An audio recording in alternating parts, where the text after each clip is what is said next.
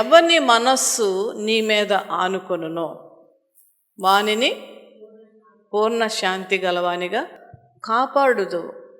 హల్లెలూయా. ఏదున్నా ఏది లేకపోయినా మనకు శాంతి లేకపోతే ఏమవుద్దండి? ఎన్నున్నా మనకి అది రుచించదు. లేదంటే దానిలో ఉన్నటువంటి విషయాలను, లేదంటే మనకు సంబంధించినటువంటిది అది ఏదైనప్పటికీ కూడా మనకి ఆ సంతోషం ఇవ్వదు. అయితే ఎవని మనస్సు అని ఎందుకు అనాల్సి వచ్చింది ఇక్కడ యెషయా భక్తుడు? ఇక్కడ ఓపెన్గా దేవుడు తన ప్రజలైనటువంటి వారికి కానీ, అనేక మార్గాలను ఎంచుకున్నటువంటి వారికి కానీ, ఈ ప్రపంచంలో ఉన్నటువంటి జనాంగం అంతటికీ కూడా ఓపెన్ ఇన్విటేషన్ ఇస్తున్నాడు. ఇక్కడ ఎవని మనస్సు, అది ఎవరైనప్పటికీ కూడా, ఎలాంటి వారైనప్పటికీ కూడా, వాళ్ళ జీవితంలో ఎన్ని సమస్యలు ఉన్నప్పటికీ కూడా, ప్రతి దినము కూడా ఏదో విధమైనటువంటి మరి సమస్యతో, ఇబ్బందితో కొట్టుమిట్టాడుతున్నటువంటి వారికి కూడా, కనుక మనం చేయవలసిందేంటి? ఆయన మీద ఆధారపడ్డాం. ఇక్కడ మనం ఎలా గమనించాలంటే ఈ వాక్యములో మనము పూర్తిగా దేవుని మీద ఆధారపడి బ్రతకటం మనం నేర్చుకోవాలి. మన మనస్సు చూడండి, మాట చాలామంది మాట నాలిక ఉన్నది కదా అని ఏదో మాట్లాడుతూనే ఉంటారు చాలామంది, ఏదో ఒకటి. కానీ చేసేటువంటి పరిస్థితికి వచ్చేటప్పటికి దానికి చెప్పే మాటకన్నా చేసేదానికి చాలా వ్యత్యాసం ఉంటుంది. ఊరికే మాట్లాడుతూ ఉంటారు. అది ఎవరిని సాటిస్ఫై చేయాలని మాట్లాడతారో, ఎవరిని సంతోషపెట్టాలని మరి మాట్లాడతారో నాకైతే తెలియదు. కానీ మాటకి చేతకి చాలా డిఫరెన్స్ ఉంటుంది. క్రీస్తు బిడలముగా, దేవునిని సొంత రక్షకుడుగా అంగీకరించినటువంటి బిడలముగా మనం ఏం మాట్లాడతామో దానిని మనం ఖచ్చితంగా చెయ్యాలి. మనం ఏంటంటే మనము పూర్తిగా ప్రభువు మీద మనం ఆధారపడము. దేవుని మీద ఆధారపడడం అంటే అర్థం ఏంటంటే, ఒకసారి ప్రభువుకి మన యొక్క సమస్యలు చెప్పుకొని ఇంకా మనం శాంతిగా ఉండాలి. మనం ఏంటంటే చెప్పుకుంటాం, మళ్ళా కిందకి వెళ్ళిపోయిన తర్వాత మళ్ళీ మామూలే, నాకు బాగాలేదు, నాకు ఇది అవ్వలేదు, నాకు ఇది. ఎందుకనగా మనం బాధపడి ఏమీ చేయలేం. చేస్తామండి పోనీ? చెప్పి నాలుక అరిగిపోతలేదు చాలామంది. మనం ఏంటంటే దేవుని బిడ్డలారా, ఆయనకు ఒక్కసారి ప్రార్థన చేసుకుని ఇంకా మనము కంప్లీట్గా రెస్ట్గా ఉండాలి. దేని గురించి కూడా బాధపడకూడదు. నువ్వు బాధపడంగానే మళ్ళీ అపవాది ఇంకొక కొంచెం ఎక్స్ట్రా బాగా లేకుండా చేస్తుంది, ఇంకా కొద్దిగా బీపీని పెంచుద్ది, ఇంకా కొంచెం కాలు నొప్పిని పెంచుద్ది. ఆయనను సేవించేటువంటి బిడ్డలేడల ఆయన ఇంకా వాత్సల్యం చూపించేటువంటి దేవుడైనా. ఇప్పుడు మీకు ఒక బంధువుల దగ్గరికి కానీ, లేదంటే ఒక ఫంక్షన్కి కానీ, లేదంటే ఒక ఇంటి పక్క వాళ్ళతో కానీ, వాళ్ళ పిల్లల మీద మీకు వాత్సల్యం ఎక్కువ ఉంటుందా? నీ సొంత పిల్లల మీద వాత్సల్యం ఎక్కువ ఉంటుందా? అదే విధముగా ఆయన మీద ఆధారపడేటువంటి వారికి, ఆయనను సేవించేటువంటి వారికి, ఆయనకు ప్రార్థన చేసి ప్రభువా నీవే నాకు దిక్కు ప్రభువా అని మనము ఆశ్రయించేటువంటి వారికి మరింతగా దేవుడు సమీపముగా ఉండి వారిని కాపాడి సంరక్షిస్తూ ఉంటాడు. హల్లెలూయా. అయితే మనం చేయవలసింది ఏంటంటే, ఆయన నామములున్న ఆశీర్వాదాలు మనం పొందుకోవాలంటే మన మనస్సు ఆయన మీద ఆనుకోవాలి. ఏం చేయాలండి? ఆనుకోవడం అంటే అర్థం ఏంటి? కంప్లీట్గా ఆయన మీద ఆధారపడటం, కంప్లీట్గా ఆయనను ఆశ్రయించుట. అప్పుడు ఏమవుతుందంటే, నువ్వు దేని గురించి నువ్వు ఆశ్రయిస్తున్నావు, దేని గురించి నువ్వు దేవుణ్ణి వేడుకుంటున్నావు, దేని గురించి దేవుడికి ప్రార్థన చేస్తున్నావు, దేవుడు ఎప్పుడు కృప చూపిస్తారని ఎవరి గురించి నువ్వు ఎదురు చూస్తున్నావో దానిని నీకు దయచేయడమే కాకుండా దానిలో ఉన్నటువంటి సమాధానం నీకు అనుగ్రహించే దేవుడు. ప్రభునామమున మహిమ కలుగును గాక. హల్లెలూయా, హల్లెలూయా. మన ఆత్మీయ స్థితిలో మార్పు రావాలి, దేవుని మీద ఆధారపడడంలో మార్పు రావాలి. దేవుని బిడ్డలారా, దుర్వార్తకు దడవకుండా మనం ఉండాలి. ఎందుకంటే ఆ క్షణములో ఏదన్నా వచ్చిందే అనుకో, అయినప్పటికీ కూడా వాటిని పరిష్కరించే దేవుడు మనకున్నాడు. హల్లెలూయా, హల్లెలూయా. ఆయన మనలను సంరక్షిస్తాడు, ఆయన మనలను బాగు చేస్తాడు. ఆ దుర్వార్తలో ఉన్నటువంటి ఆ కీడునంతటినీ కూడా ఆయన తొలగిస్తాడు. ఆయనను ఆశ్రయించేటువంటి విధానం ఎలా ఉంటుందంటే ఇర్మియా గ్రంథంలో అద్భుతమైనటువంటి ఒక ఉదాహరణ ఇచ్చి ఉన్నాడండి. ఎంత బాగుంటుందంటే అది చదువుతూ ఉంటుంటే అసలు మన జీవితం ఒక్క ఉదాహరణతో నడిపించేయచ్చు దేవుడు పెట్టారా. ఇర్మియా గ్రంథానికి వెళ్దాం ఒక్కసారి. ఇర్మియా గ్రంథం 17వ అధ్యాయం 7వ వచనం చదువమ్మా. యెహోవాను నమ్ముకొనువాడు ధన్యుడు. ధన్యుడు. యెహోవాను నమ్ముకొనువాడు ధన్యుడు. ధన్యుడు అంటే ఏంటి? ధన్యుడు అని ఎక్కడన్నా రాయబడి ఉందంటే అక్కడ ఏంటంటే మీరు రాసేసుకోండి, ఆశీర్వదింపబడిన వాడు. యెహోవాను ఆశ్రయించి, ఒక్క ఆశ్రయమే.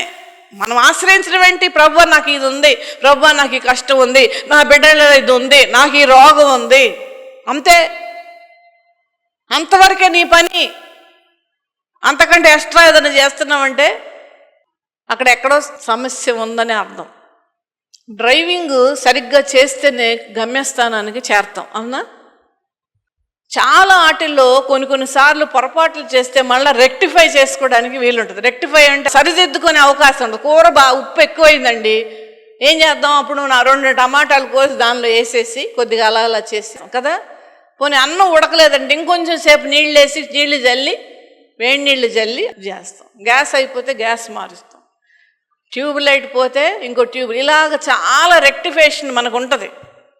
కానీ డ్రైవింగ్లో ఎప్పుడు జీవితకాలం అంతా కూడా నేను 96 నుంచి 95 నుంచి డ్రైవ్ చేస్తున్నాను. 2 వీలర్ చేస్తే చిన్నతనం నుంచి cycle, motor bike, scooter, car నడిపించినండి. డ్రైవింగ్లో ఏంటంటే జీవితకాలం అంతా కూడా ఏం చేయాలండి? ఎక్కడ కూడా తప్పు అనేటువంటిది రాకూడదు. తప్పు వచ్చిందా అది ప్రాణం మీదకి వస్తుంది. ఎందుకు నా ఉదాహరణ చెప్తుంటే మన జీవితము కూడా ఎప్పుడు కూడా దేవునిని ఆశ్రయించేటువంటి ఆ స్థితి, ఆ దేవునిని అప్రోచ్ అయ్యే విధానము, దేవునిని వేడుకునే విధానము, దేవునిని ఆశ్రయించే విధానములో ఎక్కడ కూడా పొరపాట్లు రాకూడదు. ఆశ్రయించండి అంతే. ధన్యుడు. నువ్వు ఆశ్రయిస్తే నువ్వు ఆశీర్వదింపబడతావు. ఆయన నువ్వు ఆశీర్వదిస్తే నువ్వు ఆశీర్వదింపబడతావు. యెహోవాను నమ్ముకొనువాడు ధన్యుడు, యెహోవా వానికి ఆశ్రయముగా ఉండును. యెహోవా వానికి ఆశ్రయముగా ఉండును. ఎప్పుడు కూడా ఏ కష్టం వచ్చిందా వెంటనే ఆయన సహాయం చేస్తాడు. నష్టం వచ్చిందా వెంటనే సహాయం చేస్తాడు. రోగం వచ్చిందా వెంటనే దేవుడు స్వస్థపరుస్తాడు. ఆశ్రయించడం, ఆయన ఆశ్రయముగా ఉండడం. ఎంత అద్భుతమైన మా వాక్యం రాస్తున్నాడండి ఇర్మియా గ్రంథము. యెహోవాను నమ్ముకొనువాడు ధన్యుడు, యెహోవా వానికి ఆశ్రయముగా ఉండడు. మనం అందరం నమ్ముకున్నామండి. నమ్ముకున్నావా లేదా? నమ్ముకున్నాం. ఎంతగా నమ్ముకున్నామంటే నా బిడ్డలైనటువంటి వారు ఆత్మీయంగా ఎదుగుతున్నారని నేను అనుకుంటాను. యెహోవాను నమ్ముకునేవాడు ధన్యుడు, యెహోవా వానికి ఆశ్రయముగా ఉండు. చాలాసార్లు నా దేవుడే నన్ను రక్షిస్తున్నాడండి అనుకుంటామా లేదా? నా దేవుడే నన్ను నడిపిస్తున్నాడు. నాకు అస్సలు బాగాలేదండి, నాకు అస్సలు బాగుండట్లేదు, కానీ ప్రతి దినము కూడా నా దేవుడే నన్ను నడిపిస్తున్నాడు. ఎంత అద్భుతమైన ఆలోచన అండి అది. అందుకనే మన యొక్క దృష్టి దేని మీద ఉండాలంటే మన రోగం మీద ఉండకూడదు, మన బాధ మీద ఉండకూడదు, మన యొక్క కష్టం మీద ఉండకూడదు, మనకున్న ఇబ్బంది మీద మన దృష్టి ఉండకూడదు. ఎవరి మీద మన దృష్టి ఉండాలంటే మనల్ని సంరక్షించి కాపాడి పూర్ణ శాంతి గలవానిగా చేసేటువంటి ఆ దేవాది దేవుని వైపు ఉండాలి. హల్లెలూయా, హల్లెలూయా. యెహోవాను నమ్ముకునేవాడు ధన్యుడు, యెహోవా వానికి ఆశ్రయముగా ఉండును. మీకు తెలుసో తెలీదో మళ్ళా చెప్తున్నాను నేను, కష్టములో ఎక్కువగా దేవుడు సహాయంగా ఉంటాడండి. హల్లెలూయా, హల్లెలూయా. కష్టములోనే ఎక్కువ సహాయంగా ఉంటాడు. ఇక్కడ ఉన్నటువంటి వారందరికీ కూడా చాలా కష్టాలు ఉన్నాయి, ఇబ్బందులు ఉన్నాయి, రోగాలు ఉన్నాయి, అందరికీ అనారోగ్యమే. అటువంటి వారిని ఇంకా దేవుడు, ఇప్పుడు చూడండి, డాక్టర్ దగ్గరికి వెళితే ఒక 100 మంది ఉంటారు. ఆ 100 మందిలో అక్కడ ఏం జరుగుద్ది? ఎవరో బాగా ఫిట్సో, లేదంటే ఎవరో పడిపోవడమో, షుగర్ డౌన్ అయిపోయి పడిపోవడమో, కళ్ళు తిరిగి పడిపోవడమో, బీపీ వచ్చి పడిపోతాడు అక్కడ. అప్పుడు ఏం చేస్తారు డాక్టరు? ఎవరి దగ్గరికి వస్తారు? వస్తారా? వెంటనే అందరిని వదిలిపెట్టేసి ఎవరి దగ్గరికి వస్తాడు డాక్టరు? సీరియస్లో ఉన్నటువంటి వాళ్ళ దగ్గరికే వస్తారు. అట్లాగే దేవుడు కూడా ఎక్కువ ఇబ్బంది కలిగినటువంటి వారిని, ఎక్కువ రోగముతో ఉన్నటువంటి వారిని, ఒక పక్కన రోగం, ఒక పక్కన మానసికమైన వేదనతో ఉన్నటువంటి వారిని ఎక్కువగా ఆయన సంరక్షిస్తాడు. హల్లెలూయా, హల్లెలూయా. చూడండి ఇక్కడ చదువుదాం ఇంకా తర్వాత. యెహోవానికి ఆశ్రయముగా ఉండును, వాడు ఆశ్రయించేటువంటి వారు, దేవుని వేడుకునేటువంటి వారు, దేవుని మీద ఆధారపడేటువంటి వారిని. ఇక్కడ ఒక ఉదాహరణ, ఒక చెట్టుతో ఉదాహరణ ఇస్తూ దేవుడు చెప్తూ ఉన్నాడు ఇర్మియా ప్రవక్త ద్వారా. వాడు జలముల యొద్ద నాటబడిన చెట్టు వలె నుండును. చూడండి, వాడు ఎలా ఉంటాడంటే జలముల యొద్ద నాటబడిన చెట్టు వలె. ఎందుకు జలముల యొద్ద నాటబడడం?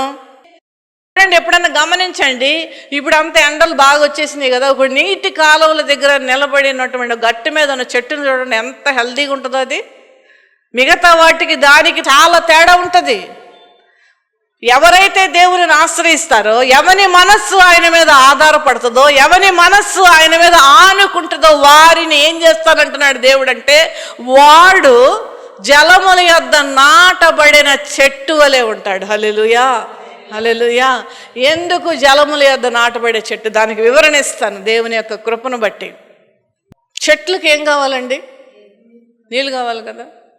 కానీ ఈ చెట్టుకి ఒకళ్ళ మీద ఆధారపడవలసిన అవసరం లేదు. హల్లెలూయా, హల్లెలూయా.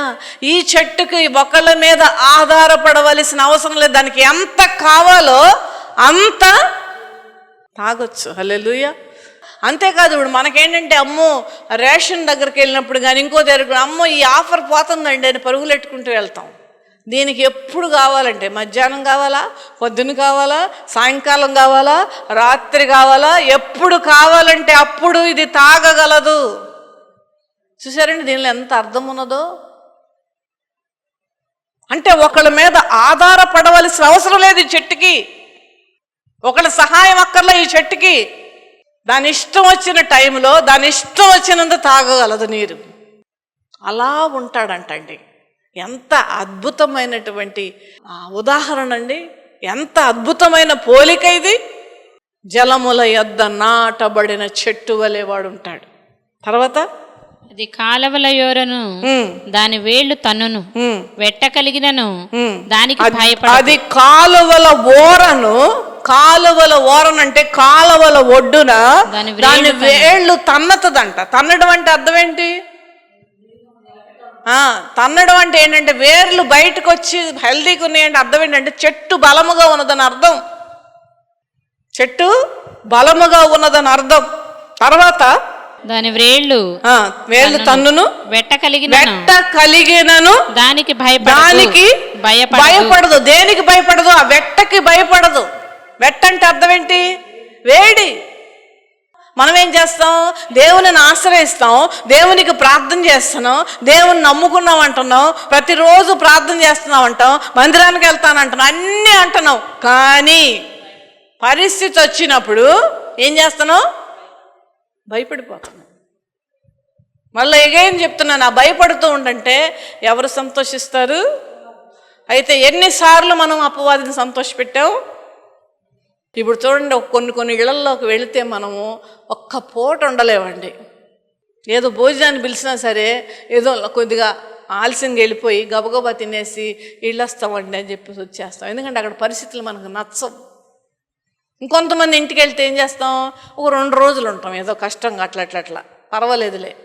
ఇంకొంతమంది దగ్గరికి వెళ్తే ఎలా ఉంటుంది? అసలు రాబుద్దే అవుతాం. అవునా?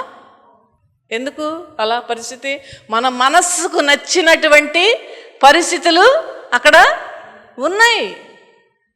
అలాగే చూడండి దేవుని బిడ్డలారా, వెట్ట కలిగినను భయపడదు.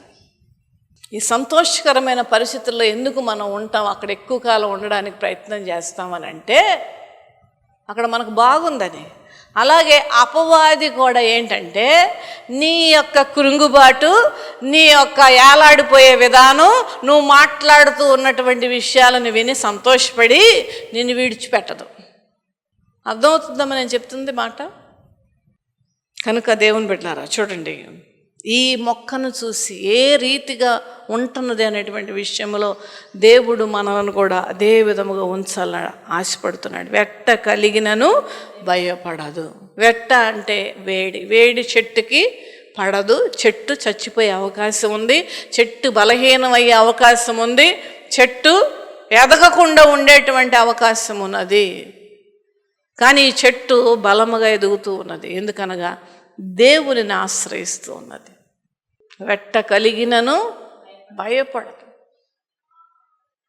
మనము కూడా అదే విధముగా ఉండాలి. దేవుని బిడ్డలారా, వెట్ట కలుగుతుంది మన జీవితంలో. మరి బాధ వస్తుంది, మన జీవితంలో రోగం వస్తుంది, మన జీవితంలో కష్టం వస్తుంది, మన జీవితంలో అవమానం వస్తుంది. అయినప్పటికీ కూడా మనం భయపడవలసిన పని లేదు. మనం ఎందుకనగా మనం దేవుని ఆశ్రయిస్తున్నాం. వెట్ట కలిగినది భయపడదు, దాని ఆకు పచ్చగా ఉండును. దీన్ని ఎలా మనం అన్వయించుకోవాలి? పచ్చగా కనపడుతుందంటే ఎంత అందంగా ఉంటుందండి చెట్టు. మనమేంటంటే లేనిపోని అన్నీ పెట్టుకొని ఎండుటాకులాగా ఉందండి, వడిలిపోయింది. చూడండి దేవుని బిడ్డలారా, ఒక్కటే నేను చెప్తున్నాను, ఈ విధమైనటువంటి అప్రోచ్ వలన నువ్వేమీ సంపాదించుకోలేవు. వడిలిపోయింది, ఎండిపోయింది, ఈ రకమైన మాటలు మనం పలకరాదు. ఎండిపోతే మళ్ళీ చిగురు రాదా అండి? చెట్టుకి చిగురు వస్తుందా రాదా? ఎండిన ఆకునే చూస్తున్నావు, ఎండిన కొమ్మనే చూస్తున్నావు, కానీ మళ్ళా చిగురు వస్తుంది. హల్లెలూయా. పరిస్థితులు ఉంటాయి దేవుని బిడ్డలారా, ఉంటాయి. అనారోగ్యం ఉంటుంది, కృంగుబాటు ఉంటుంది, బాధ ఉంటుంది, ఏడవలసిన దినాలు వస్తాయి.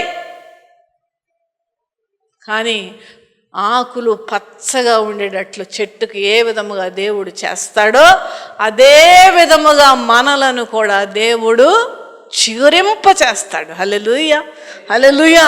చూడండి, దేవునిని ఆశ్రయించే విధానం నేర్చుకోండి దేవుని బిడ్డలారా.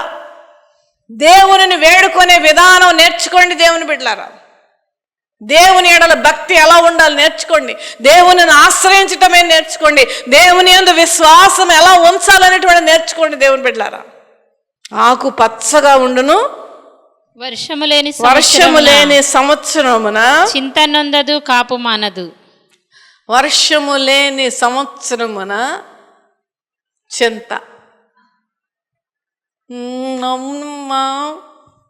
చింతించుట వలన మీ యొక్క ఎత్తు మూరడ చేసుకొనగలరా మీరు?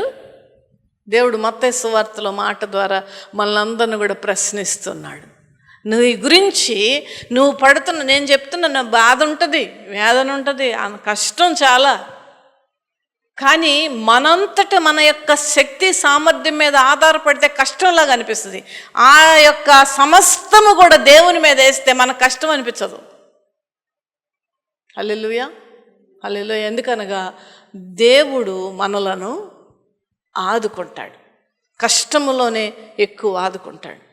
కనుక చూడండి దేవుని బిడ్డలారా, చింత పడదది. ఏది? వర్షము లేదే, వర్షము లేదే, వర్షం లేదే. మనం చేసే పని అదే. మనుషుల యొక్క తత్వం ఏంటో తెలుసా? సైకాలజీ ప్రకారం ఏది లేదో దాని మీదే ఉంటుంది బాధ. ఏది ఉన్నదో దాని గురించి సంతోషపడం, ఏది ఉన్నదో దాని గురించి మనము దేవుణ్ణి స్తుతించం. ఏది లేదో దాన్నే పట్టుకుని జీవితకాలం అంతా నడిపించేస్తాం. మనుషుల యొక్క తత్వం అది. నీకు ఏది ఉందో దాని గురించి దేవుణ్ణి స్తుతించు. బాగా లేకపోయినా ముక్కులతో ఆహారం తీసుకునే వాళ్ళు బోల్డ్ మంది ఉన్నారు హాస్పిటల్లో. చస్తారో బతుకుతారో అనేటువంటి నమ్మకము లేనటువంటి వారు చాలామంది ఉన్నారు. 9 సంవత్సరాల పిల్లకి పెరాలసిస్ వచ్చి ఇంకా జీవితకాలం అంతా ఈ మంచం మీద ఉండాలని డాక్టర్లు డిక్టేర్ చేశారు. అలాంటి వాళ్ళు ఉన్నారు. అలాంటి వాళ్ళు. వాళ్ళందరికంటే మనల్ని దేవుడు ఆరోగ్యంగా ఉంచలేదా? ఆ విషయంలో, ఆ కోణంలో మనం ఎందుకు ఆలోచించలేకపోతూ ఉన్నాం? దేవుని బిడ్డలారా, దేవునిని ఆశ్రయించే విధానము మనం మార్చాలి. కారు స్పీడ్గా వెళ్ళాలంటే గేరు మార్చాలి. దేవునిని ఆశ్రయించే విధానము మనలో మార్పు రావాలి. ఆ మార్పు వస్తే ఈ చెట్టు వలె మనం ఉంటాం దేవుని బిడ్డలారా. హల్లెలూయా. హల్లెలూయా. చింత నొందదు. వర్షం లేదే అని చింత నొందదు. అక్కడ ఉన్నటువంటి నీళ్లు నేను తీసుకుందాం, నేను వర్షం మీద ఆధారపడవలసిన అవసరం ఏముంది నాకు అని పౌరుషం తెచ్చుకుంటుంది చెట్టు. ఎందుకంటే వర్షం లేకపోయినా నేను నీటి కాలవలన ఓరన నాటబడిన దాన్ని నేనున్నాను. వర్షము లేనప్పుడు చింత నొందదు, కాపు మానదు. హల్లెలూయా. అంతేగాని కాపు మానదు. ఎన్నాళ్ళయిందోనండి నేను తిని అంటమా అనమా? ఎన్నాళ్ళయింది మంచి చీర కట్టుకొని. ఈ రకమైనటువంటి ఆ యొక్క సెల్ఫ్ పిటీతో బతికేస్తూ ఉంటుంది దేవుని బిడ్డలారా. అది కాదండి దేవుని ఆశ్రయించే విధానం. మనము దేవుని మీద ఆధారపడే విధానము అనేక భక్తుల ద్వారా చెప్పారు దేవుని బిడ్డలారా. వర్షము లేని సమయములో చింత నొందదు, కాపు అంతకంటే మానదు. ఎందుకంటే దీని హృదయంలో ఏమున్నదండి?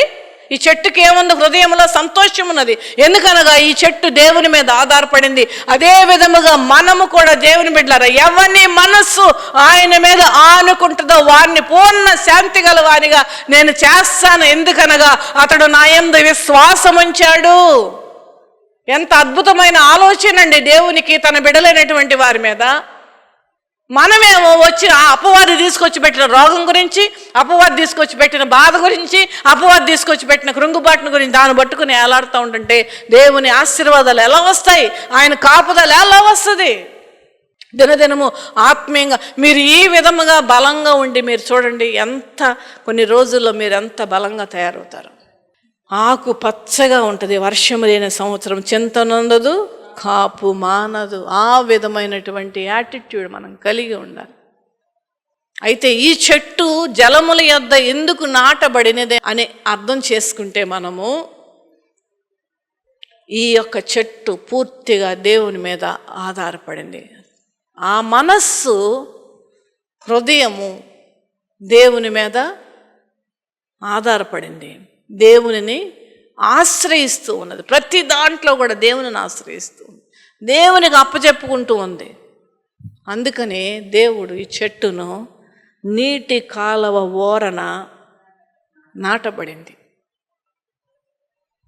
మనమందరము కూడా ఈ విధముగా నాటబడాలనేటువంటి తపన మనకు ఉండాలండి. అది ఎప్పుడు జరుగుద్దో తెలుసా? ఎవని మనస్సు దేవుని మీద ఆనుకుంటుందో.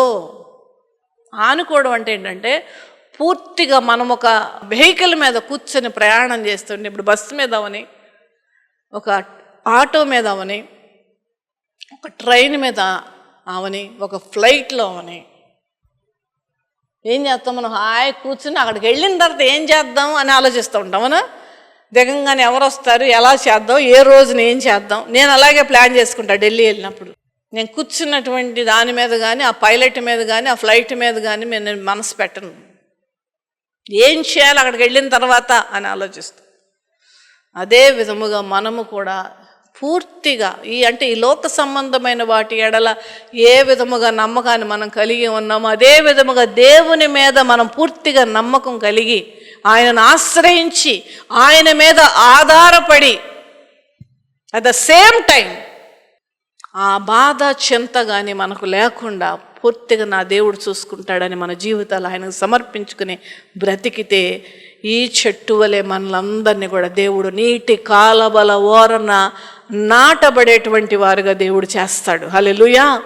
వెట్ట కలిగినను మనం భయపడకూడదు, వర్షము లేనప్పుడు కూడా మనం చింతపడకూడదు. ఈ చెట్టు వలె పరిస్థితులు కొన్ని లేకపోయినప్పటికీ కూడా మన జీవితంలో పరిస్థితులు కొన్ని సరిగ్గా సహకరించినప్పటికీ కూడా ఈ చెట్టు ఏ విధముగా ఆశ్రయించిందో అదే విధముగా దేవుని మీద ఆనుకొని మనం బ్రతుకుట నేర్చుకుందాం.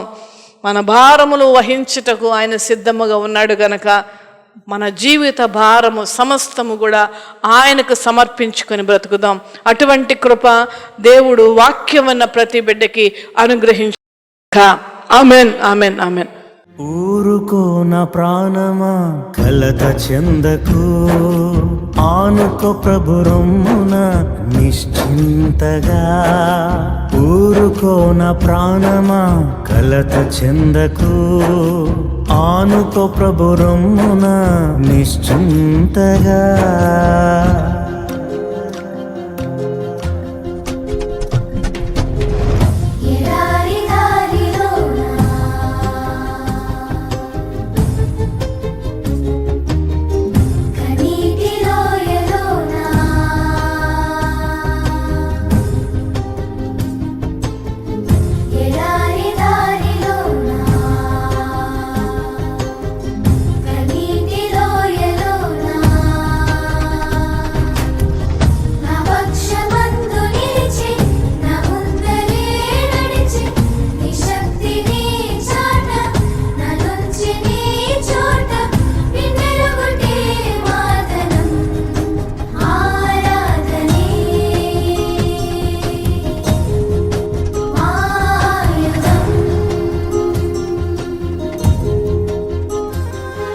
ఎర్ర సముద్రాలు నా ముందు పొర్లుచున్నా, ఫరో సైన్యమంతా నా వెనుక తరుముచున్నా.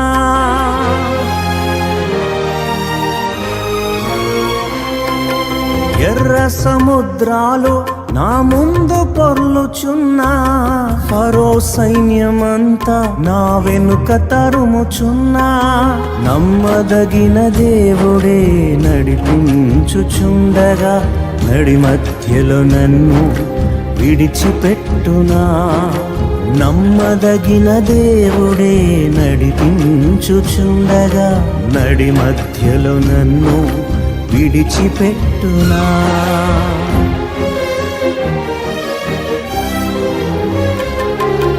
ఊరుకో నా ప్రాణమా కలత చెందకు, ఆనుకో ప్రభు రొమ్మున నిశ్చింతగా. ఇంతవరకు నడిపించిన దాక్షిణ్య పూర్ణుడు అన్యాయము చేయుట అసంభవమేగా.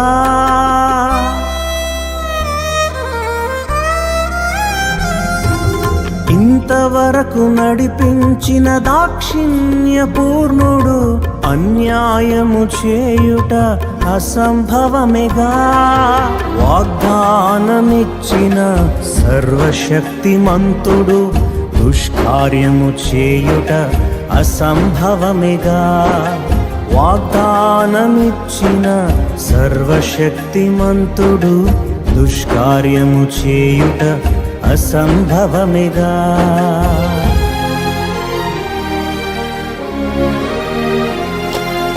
ఊరుకో నా ప్రాణమా కలత చెందకు, ఆనుకో ప్రభు రొమ్మున నిశ్చింతగా.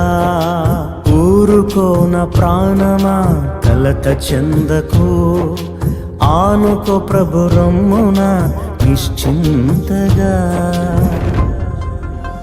అవరోధాలెన్నో నా చుట్టూ అలుముకున్నా, అవరోధాల్లోనే అవకాశాలను దాచెగా.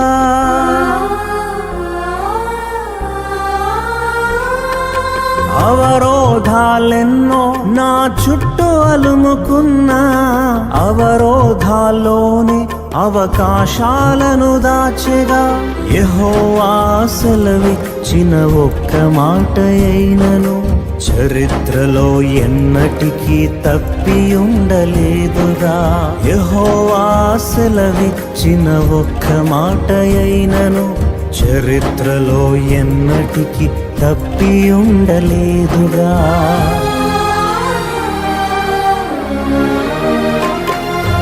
ఊరుకో నా ప్రాణమా కలత చెందకు, ఆనుకో ప్రభు రొమ్మున నిశ్చింతగా.